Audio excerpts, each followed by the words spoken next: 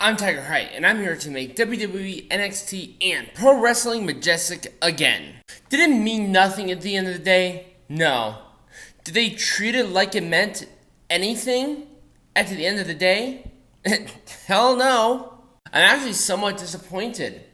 There were a lot of things that you could have done with this to forward any sort of storyline, but I saw nothing. I felt nothing. This was a nothing sandwich.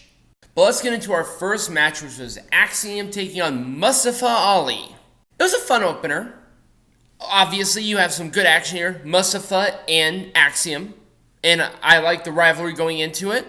There was some fun, interesting stuff within this segment that I really did like, that they played on quite well, and also there was forward progression in rivalries that I am 100% on part of. This was a great way to end a somewhat mediocre rivalry, to tie in that with a nice little bow, but also forward other things, and Mustafa needed the win more than Axiom. 450 splash for him to win. I don't hate it. I'll give it an Orange Cassidy thumbs up. It was it was razor close. Like pre-cum to pregnancy close to a full thumbs up. That's called the pull-out method, ladies and gentlemen. Speaking of something that was not the pull-out method, we have Kelani Jordan taking on Blair Davenport. It was a fine match. I didn't hate it. But then we had a double arm knee thing for Blair to win. And then Dana Brooke attacked, which I liked. No, I did. Dana Brooke is showing a little bit of edge. She's showing a little bit of what she has to offer. And I'm liking that. This is what she should have done fucking almost 10 goddamn ass years ago. But you know what? Better late than never. Nobody looked bad here.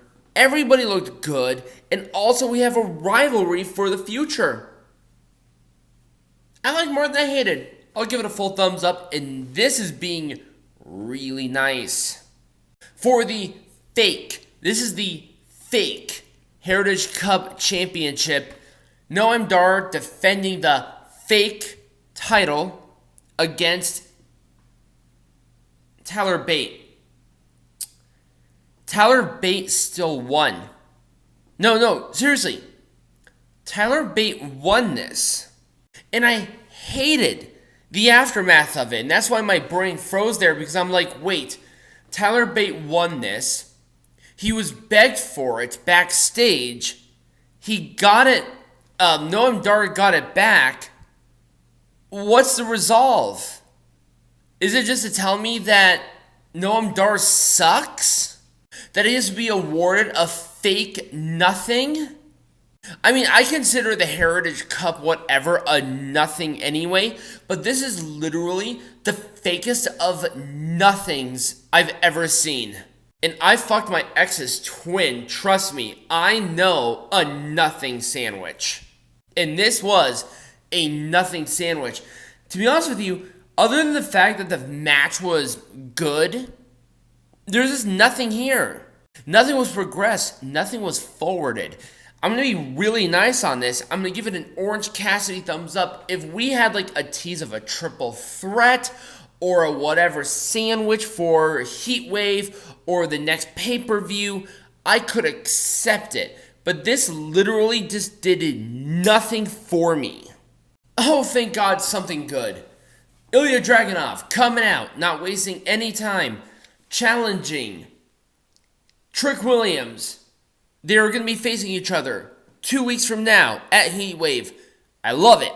Short, sweet, simple, right to the point. We ain't wasting time. Great back and forth.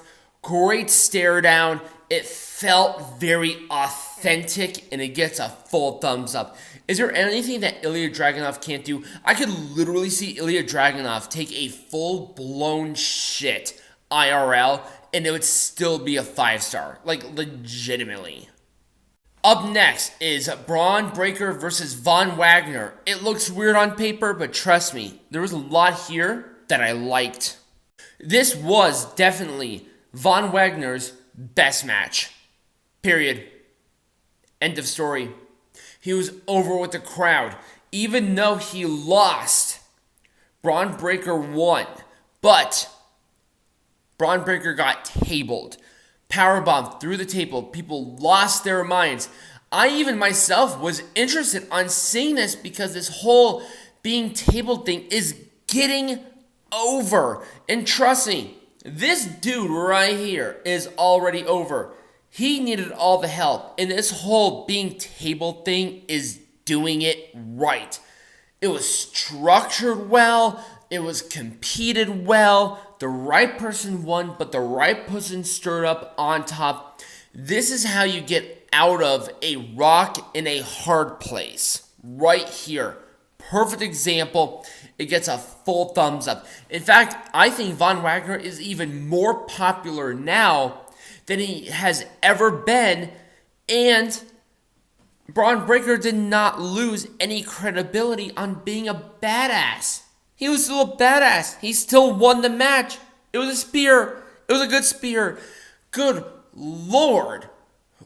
Where's the difference between the booking in Raw and SmackDown and NXT? Can the NXT booker come back up here to Raw or SmackDown or anywhere else? I didn't have a picture and I wasn't going to go to my computer to save a picture. It was Brooke Jensen and Josh Briggs taking on Charlie Dempsey and Drew Gulak. It was a fine match. It was a double suplex bridge with a help from Damon Kemp for the heels to win. It was fine.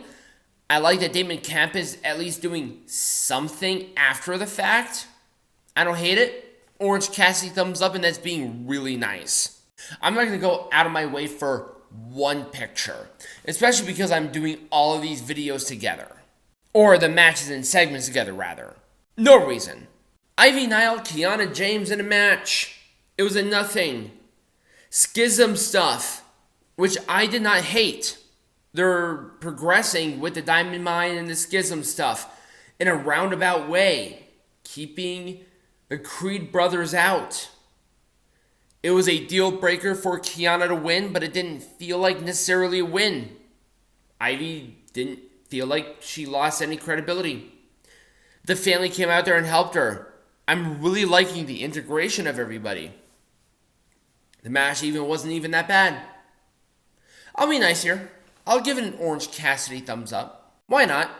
And in our main event for the NXT North American Champion, we have Dominik Mysterio defending against Dragon Lee. Rey Mysterio ringside, Rhea Ripley ringside. Those are important.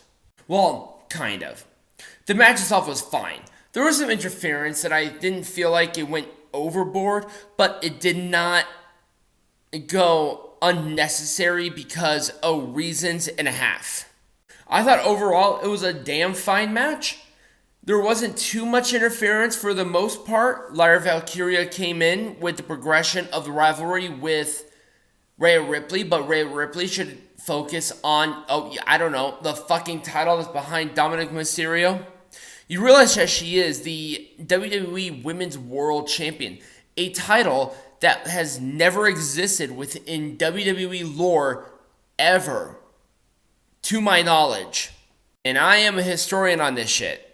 I fancy myself as. I could obviously be wrong.